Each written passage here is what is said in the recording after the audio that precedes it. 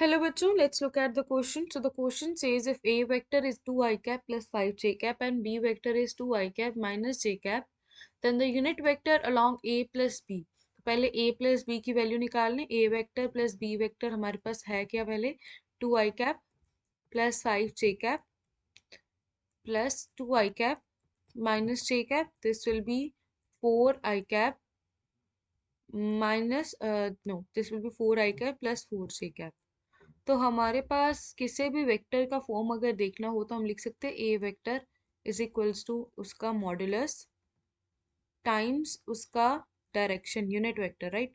सो अभी हमें unit vector निकालना है तो ए कैप हमारे पास क्या आ जाएगा. This will be equal to a vector upon modulus of a vector, right. So सबसे पहले दिस इम्प्लाइज अगर इसको ए प्लस बी की फॉर्म में लिखना हो तो ए प्लस बी की हमें डायरेक्शंस पता करानी है, ए कैप पता करना है. तो ए वेक्टर दोनों का सम अपॉन दोनों का मॉडुलस, एडिशन का मॉडुलस, तो मॉडुलस कैलकुलेट कर लेते हैं. दिस विल बी मॉडुलस आ जाएगा हमारे पास modulus of a vector plus b vector will be equal to 4 का स्क्वायर प्लस 4 का square, right, is equals to 16 plus 16 will be 32.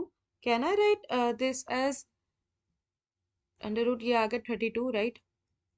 तो वो 32 का अगर हमने स्क्वायर रूट निकालना हो will B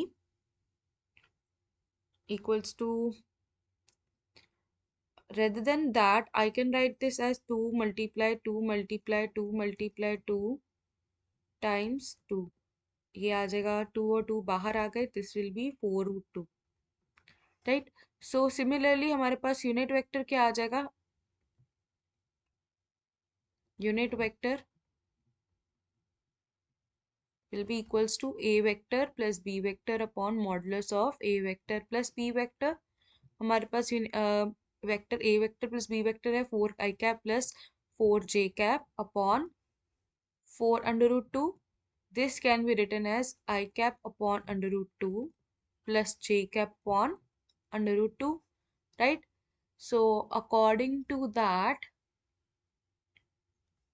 so this is the answer for the given question.